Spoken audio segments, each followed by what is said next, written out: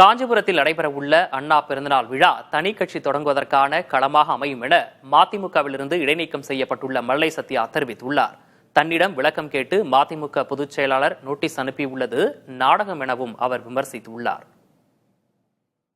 தீர்ப்பை எழுதிவிட்டு ஒரு போலியான விசாரணை நாடகத்தை தலைவர் வைகோ நடத்தி கொண்டிருக்கிறார் தன் மகனுக்காக என்பது இதன் மூலமாக தெளிவாக தெரிகிறது. கூடுதலாக நேர அவகாசம் கேட்கலான்னு நினைச்சிட்டு இருக்கிறோம். ஆனால் அதற்காக வாய்ப்புகள் இல்லை. ஏனென்றால் பாசிச சிந்தனை கொண்டவர்கள் அல்லது சர்வதிகார மனப்பான்மை கொண்டவரிடம் காலம் நீடிப்பு என்பது ஒருபோதும் இருக்காது. எனவே அவர்கள் தந்திருக்கின்ற அந்த 15 நாட்களுக்குள்ளாக எங்களுடைய விளக்கத்தை எழுதுவதற்கு தயாராக இருக்கிறோம். அண்ணாவுடைய பிறந்த நாள் அதற்கான களமாக இருக்கும். நீங்கள் உங்களுடைய கேள்விக்கான பதிலாக அவைதான் இருக்கும்.